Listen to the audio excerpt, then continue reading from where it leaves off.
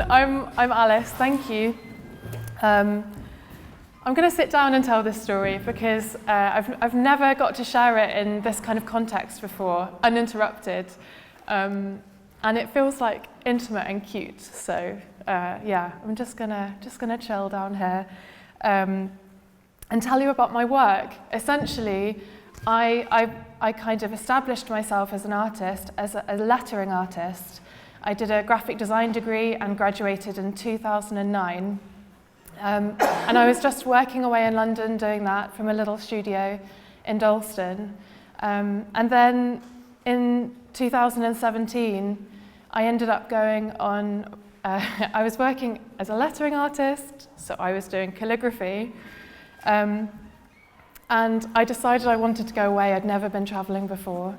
And I asked the calligraphy community if anybody would have me to stay. Now, the calligraphy community, the style of lettering that I was doing at the time, it's called modern calligraphy. And most of the modern calligraphers at the time were in America. And so when I did a shout out, if anybody would have me to stay, 4 people said yes in America. So I went for this 2-month trip, traveling all around America. And yeah, it led me to making banners. So I'm going to tell you the backstory behind that, like what the research was behind it and how that has eventually led to complete change in my career. And I'm now very involved in several kind of campaigns and various forms of activism. So yeah, 2017, I went to New York. That's where I started. I had a relatively unpolitical 20s. I'm absolutely like not an academic in any way. Just to kind of set the scene for where this kind of foundation comes from. I'm just super curious, basically. And yeah, I was 30. I started in New York. It was super political there. Trump was just about to get inaugurated. So every bar I went to, everywhere I was, as soon as anyone heard my English accent, they just wanted to talk to me about Brexit, Trump, everything to do with politics. So I travelled around. I found myself really, really drawn. I was staying with these different calligraphers. Found myself really, really drawn to the language everywhere. Protest was everywhere. Especially in places like Oakland and New York particularly.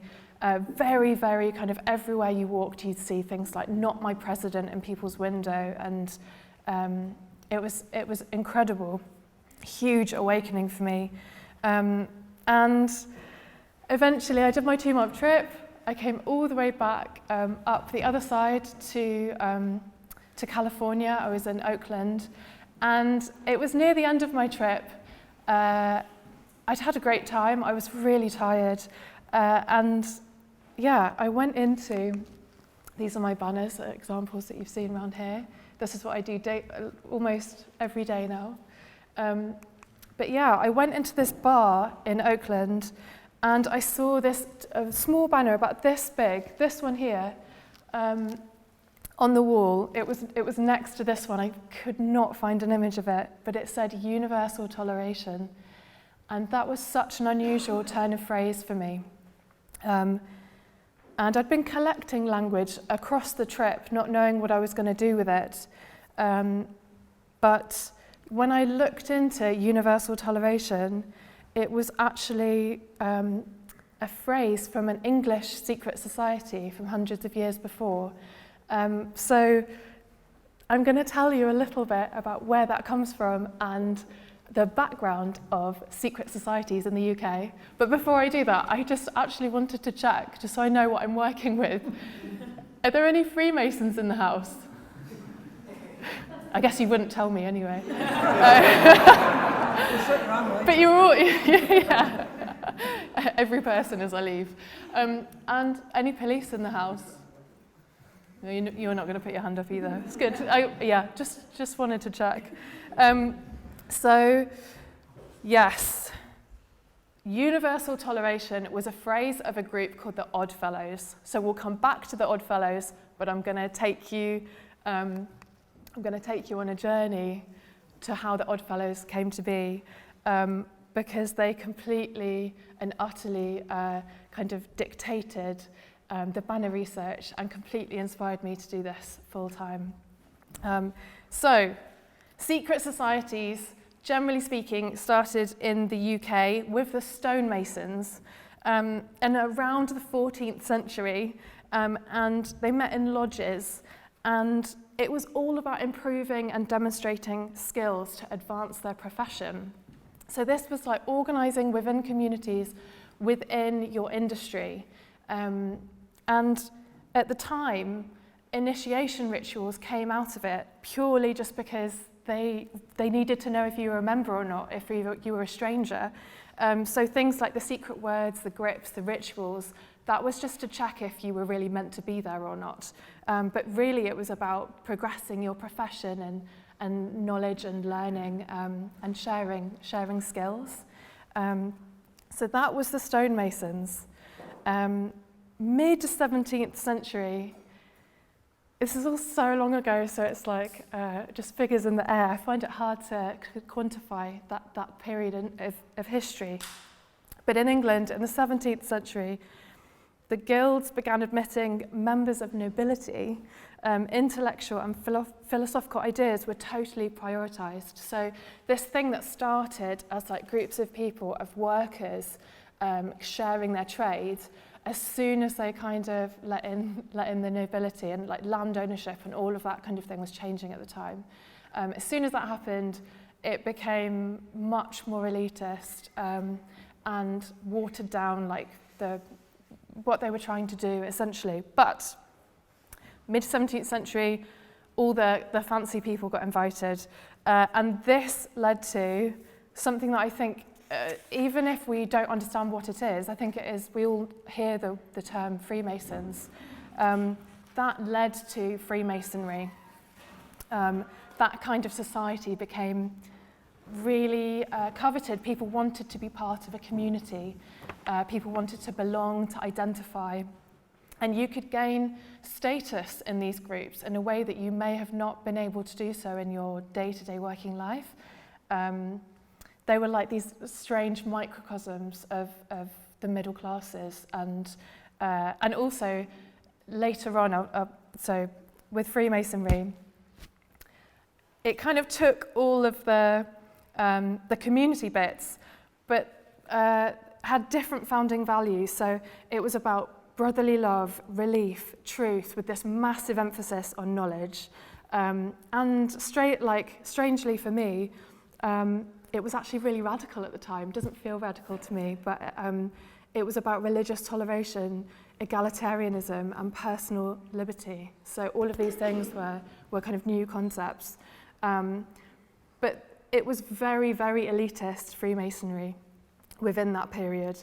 It was about moral refinement and philosophical enlightenment to the individual. And I can't quantify this idea, but you weren't allowed to talk about politics or religion in the lodges. I would have literally nothing to say.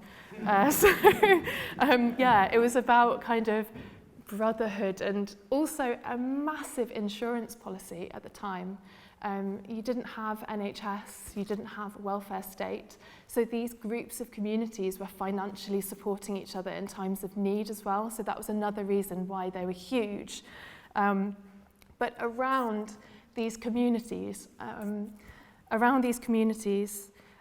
there was this incredible visual language of their artwork and what they made to kind of dress their lodges, which in the terms of Freemasons was just taken from all over the place, their visual language. Some of it was from the Bible, some of it was from really, really, really like old Indian heritage. Like they used all kinds of interesting symbols, so that was Freemasonry, which absolutely exploded. It started in England, but in America it just absolutely spread, and you'd get lodges everywhere. And 30 years later began the Oddfellows. Has anyone heard of the Oddfellows before? Not huge amounts though. I'd never heard of it before. they were slightly different.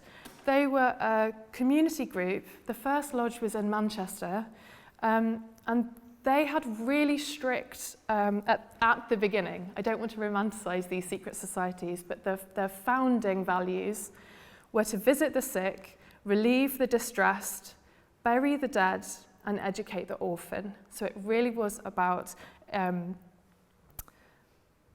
social responsibility and community, which I just really loved their language around their folk art. With the Oddfellows as well, a lot of their artwork was just made by people that wanted to show how much of an effect it had on their life. Like they were just kind of making it as amateurs to reflect how much they loved it. It would go in their homes, it wouldn't necessarily just be for the lodges. And often, in the early days of the Oddfellows, they'd meet at taverns and homes rather than lodges. Lodges came later. So it was really, really like low-key community vibes, looking after each other, which was all good in the early days. And then in the UK, the government was like, no, all these people are organising too well, we can't have this. So they're looking after each other too nicely. 1797, the Unlawful Oaths Act was made, and that's why we call these things secret societies, because it was illegal to be part of them. So that kind of did a lot for them. It made them all super exciting. That was 1797, but 40 years later, the other side of it becoming legal, it just completely changed again. Like society was completely changing. It lost its community vibes. It charged huge membership fees for the time, and it began to model a much more middle-class series of values. And there were way more theatrical ceremonies and rituals, like in the Freemasons. In the Freemasons, the ceremonies were supposed to kind of rebirth you into enlightenment. They were supposed to be a completely transformational experience. And the Oddfellows didn't have that to start off with. They were about kind of looking after each other. But these theatrical ceremonies and dressing up and all the rest, that started coming in. But in 1910, it had 2 million members in the US, so this is like absolutely massive, which briefly completely outweighed Freemasonry. It was all a bit of a surprise to me to find this thing that I'd never heard of, that forms a lot of visual culture and language, I think, still within design. I see some of these symbols. The Independent Order of the Oddfellows used a really specific set of symbols, a lot of which was just taken from the Freemasons. But I'm going to talk through some of the symbolism, because I think they're so beautiful. This here, this is actually my great-grandfather's Freemasonry certificate that I found at home. I don't know anything about that. I don't think it was particularly unusual for people to have been a member at the time. So I haven't kind of thought of it as particularly significant. But yeah, you can see how kind of exciting it would have been to kind of get given this certificate, and it was all like very grand and yeah, really beautiful design. So the all-seeing eye, you can see here, that featured in Freemasonry as well. To be part of the Oddfellows and Freemasonry, you had to kind of agree that there was a higher power. It wasn't particularly set on being Christian at the time, but that's kind of one thing you all had to be set on. So the all-seeing eye you see a lot in their artwork. And also, something I see on tattoos a lot, and I wonder whether people know where it's from, but it's hard to see, but just above the eye, there's the 3 chains that say FLT. That's the Oddfellows' founding values of friendship, love and truth, which is why that banner has been made just at the back. That's usually in my bedroom, because it reminds me of the start of this kind of research project, and I just So, yeah, I think it's really sweet. But yeah, you'll see often tattoos with FLT on them. And the hands at the top. That generally, the clasped hands, you see that this will lead into some research that then I went into about the trade union banners. Some of this still carries this forward. But that clasped hands, unity, fellowship, friendship, all things that became really important in banner culture throughout the 1800s. So a little bit more of the symbolism. The beehive, which I love, you see it a lot in Manchester, cooperation, dove, obviously peace, flaming torch, education and knowledge, rainbow, international cooperation, and then the scales, which obviously mean justice. Again, you see them all the time on banners. So yeah, I just completely fell in love with these beautiful banners. There's loads more of the symbols there. So when I came back from America, I made this series. You can't really tell scale there, but they're as big as the ones you see around. They're big, kind of nearly 1.8 by 1.4 meters maybe. It's a huge, making them in my tiny studio in Haggerston. They're all made from second-hand fabrics just because that's what I had in the studio at the time. I'd been collecting old curtains and bedspreads and all sorts of things. And this was my kind of response to learning about this community that had set these kind of moral values outside of a church and outside of a trade union. So yeah, these were the bits of language that stuck out for me. I find universal toleration really hard now. At the time, I guess I was grasping so much for like a happy story, but language has changed so much since then. And toleration, I've since learned that some of the Oddfellows culture now, like in the UK, it's quite libertarian. It's quite, it's tolerant, but not kind of accepting. And there's something I don't appreciate about that. So this is one of the rare times that I talk about where the banners are from, because I don't like to romanticize it too much. So next, after I'd made these banners, I'd put them out in the world, I kind of was really excited about this whole new visual language that I discovered. And of course, in the UK, you can't be looking at banners without looking at George Tuthill, who in 1820 made his first banner.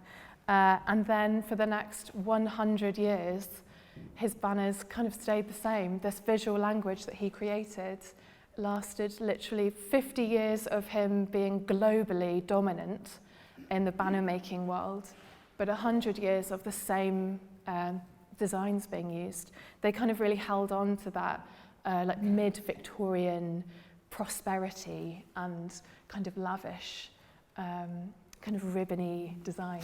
I think they're so beautiful.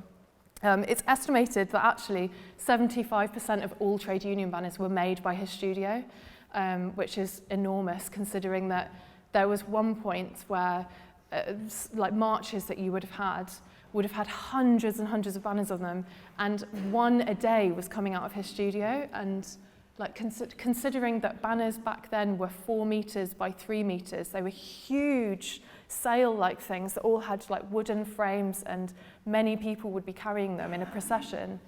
That's like just the teams of people that would have been making them. It would have been such a big industry.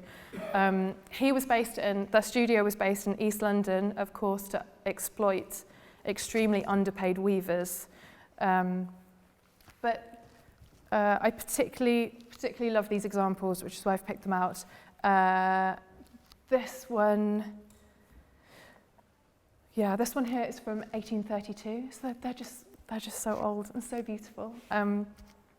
1882 and 1887. And they really became completely synonymous with the British labour movement, specifically the mining community. And they had grand dreams of kind of brotherhood, cooperation in a rapidly changing society.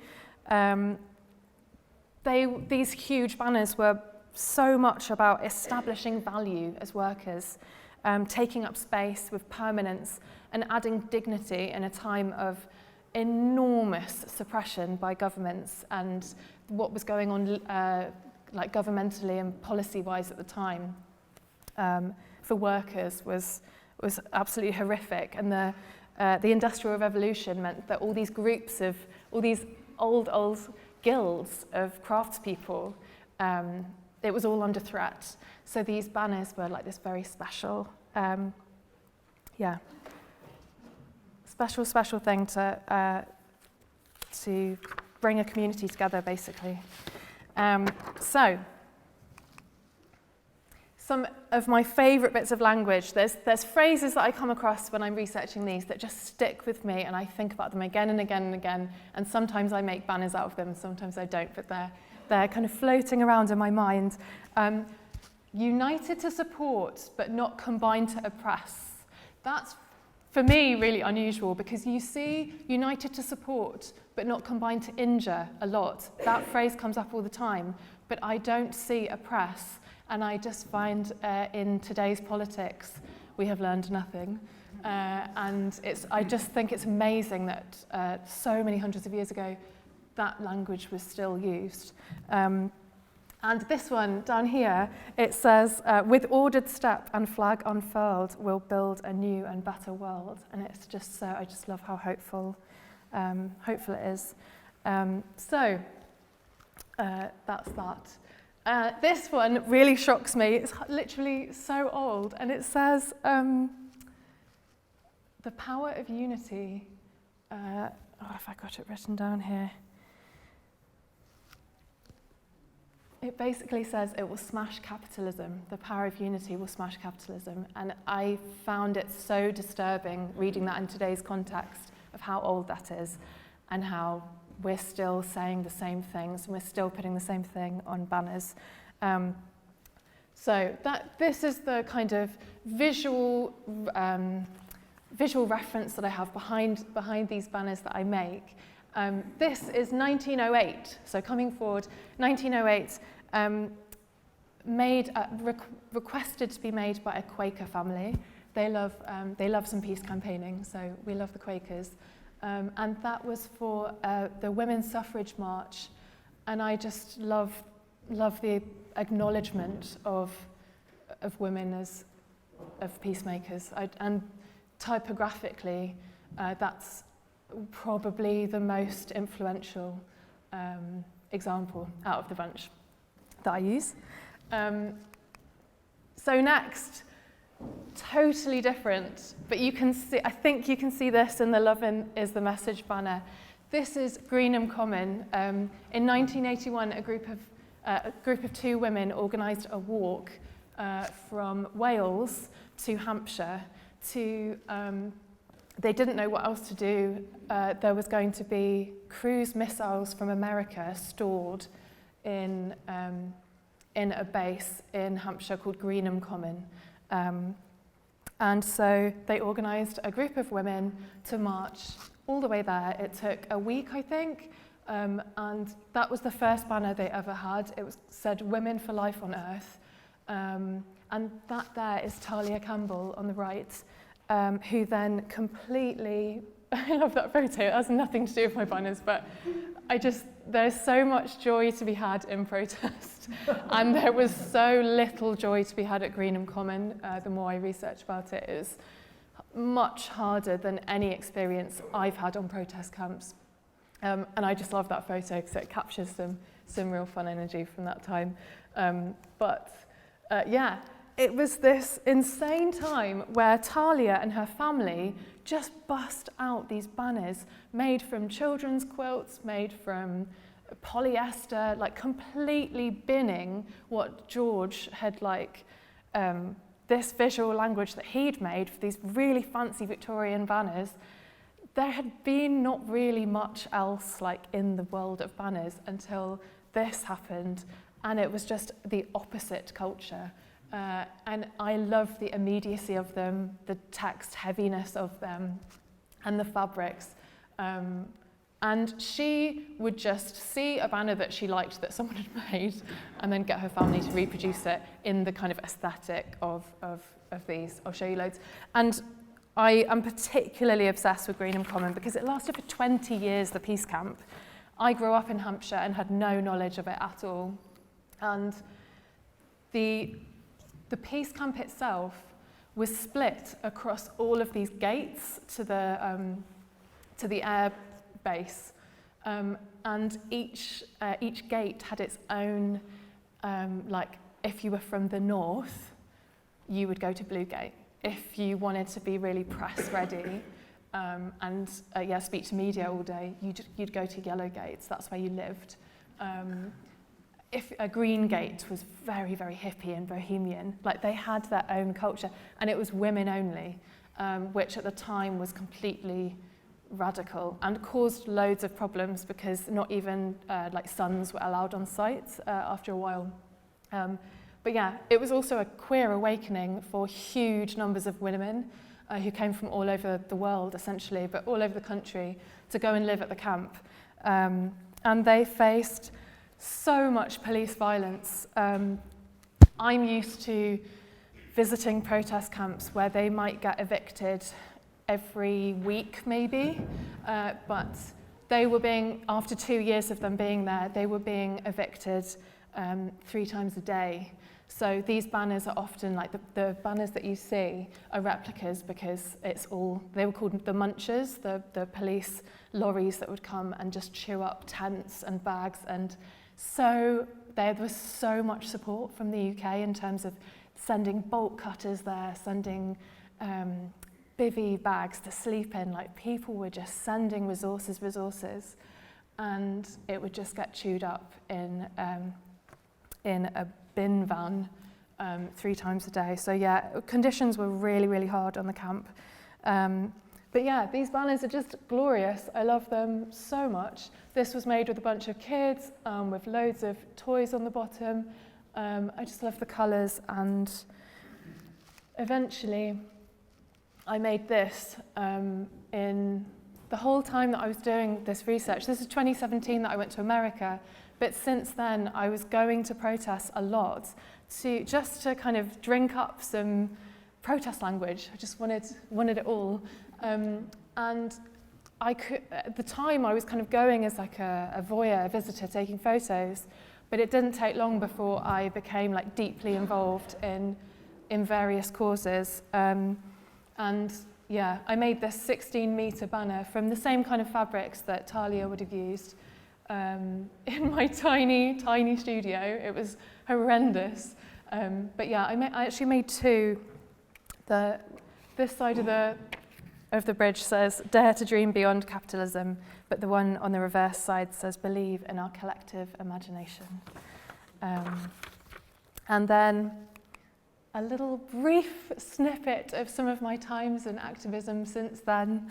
I have ended up contributing flags to many marches, those ones that say migrant justice is climate justice. I did all the Kill the Bill flags. That's me in January 2021 at the Euston eviction camp for HS2, which I was there for quite a while. I didn't stay overnight, but I was part of that campaign for a few months. And then, I'm not sure you can see it, but there's an extremely tired 4 a.m. me, top right. Black Friday last year, I was part of a team that blocked an Amazon warehouse as part of a day of action around the whole country. 13 Amazon warehouses were blocked. And I have to go to trial on the 1st of December because I was arrested. But yeah, I'm really proud to have been part of that. And I'm so, so proud that during the strikes, the particular warehouse that we blocked has been taking part in strike action because the conditions are so bad at that site in Tilbury and Essex. So yeah, I was really excited about that. And through doing all of this, I get to make amazing banners for for causes that I really love. This one was made for the Outside Project, which is an absolutely incredible shelter in central London for LGBTQI+ youth. And they just do incredible outreach work and provide so many services to those in need. And through making them a banner, their sister project called Queer House Party asked for an identical one. So you'll now see that at all the queer house parties that go around. And Cybertea Sex Worker Cooperative took that to the Sex Worker March this year, the Women's March. And yeah, there's a different kind of feeling when you see them at protests. It's exactly what I hoped they might be used for. So yeah, that's my talk done. And I'd really, really love any questions about any of that, because I know it was so much information in a small amount of time. But yeah.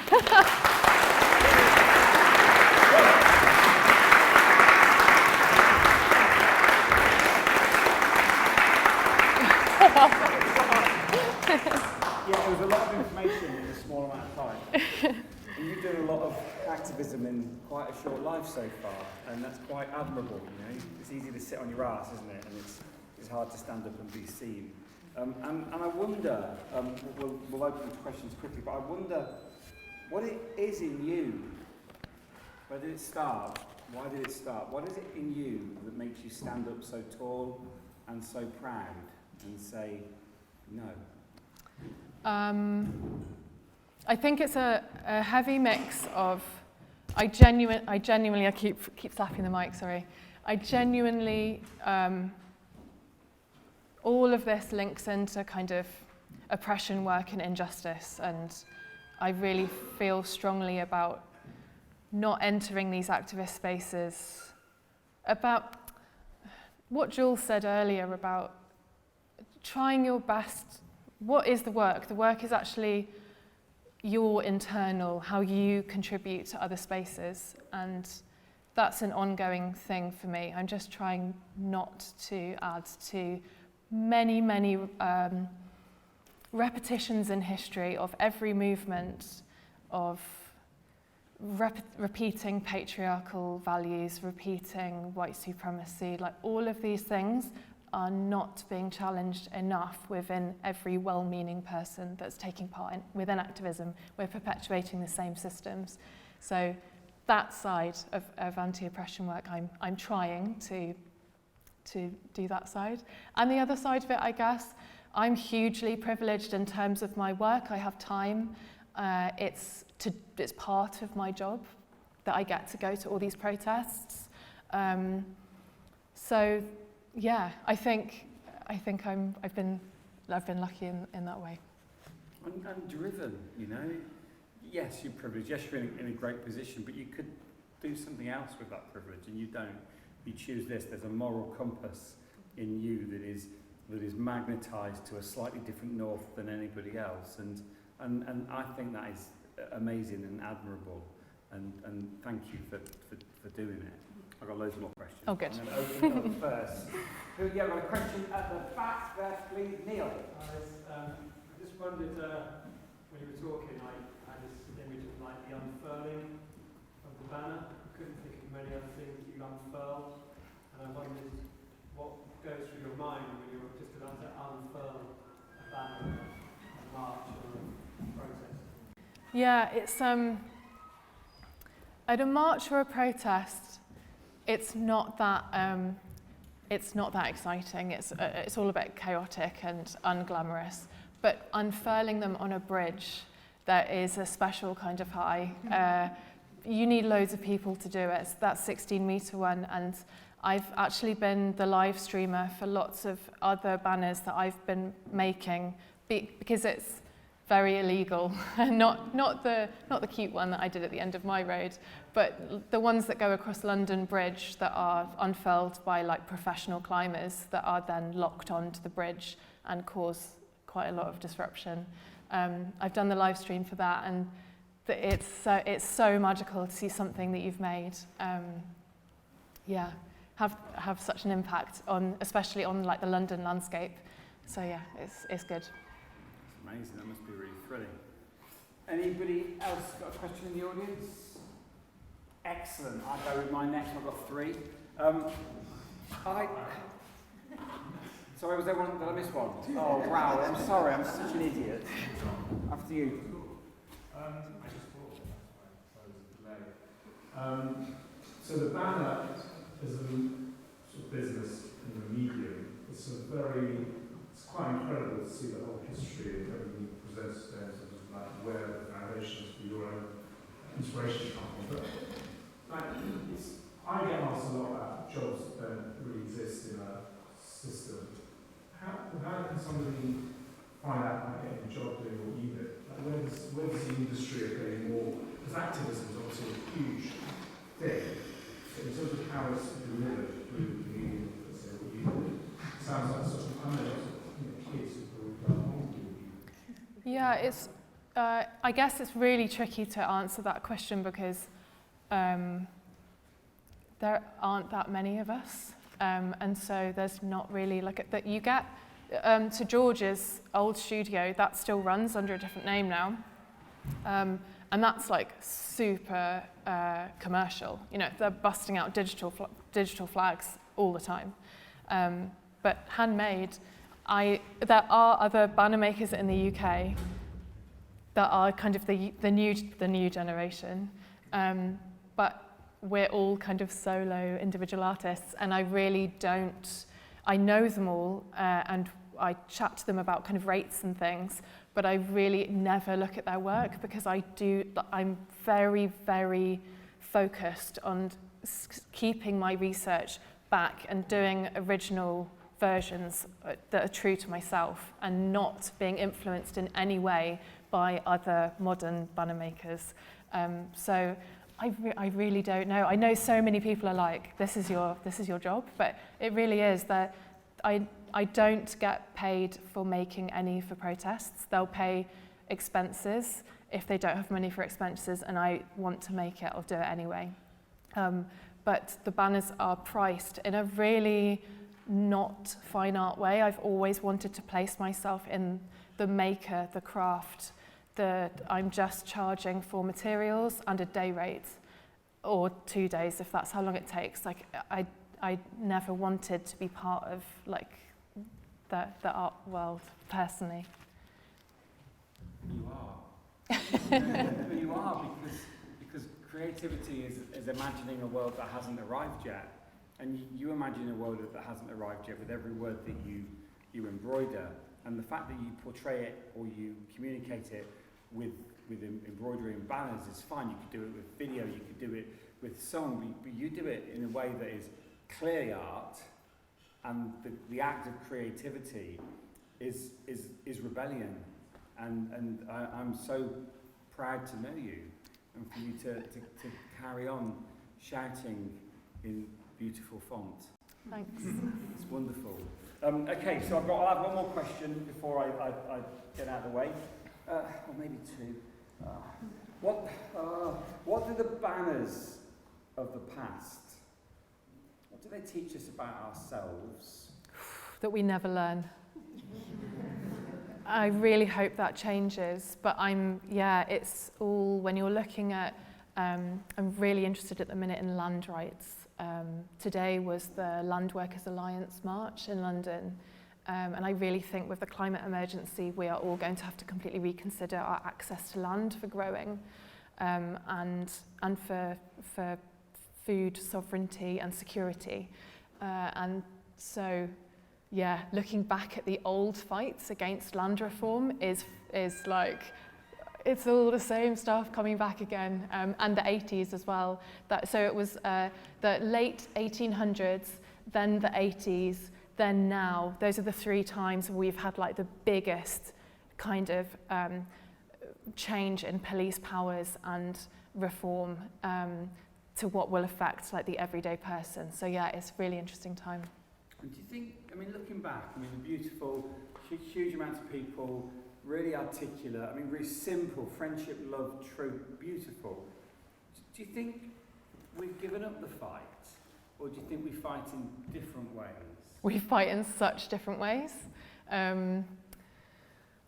It's so complicated now when you just don't get the numbers at protests. We all have so much information through our phones, and there's so much apathy and dread and that mixture of climate news and political everyday news. It's just a lot. I understand that. But yeah, I'm constantly disappointed how people that seem to have the most resources are doing a lot less than people I know with a lot less resources. It's very frustrating, and people are tired, and it just keeps coming. The headlines keep coming, and it's not like it's going to need so much more, and people are working and fighting so hard, and the money of the legal fees of everybody going to trial for non-violent direct action, it will cost around £5,000 for me to go to court in December, that luckily I'm receiving through like activist funding. But I'm just one person. There were 100 people that day that did that one action and got arrested for it. There are things happening every single day and people getting arrested. And I don't also want to draw too much attention to arrestability as the only form of direct action, that for every person that's arrested, there are literally 50 roles behind that person and loads of other ways of doing activism that are equally as important. But yeah, whatever it is, go and get involved in a local group, because like everyone is needed, I would say. It's frightening to see images of past protests and you're just like, wow, there's thousands of people there. There are often hundreds of people at protests I'm at, not thousands. So yeah, it's very different. Thank you. Every person, every word, every stitch counts. Thank you so much. Thank you.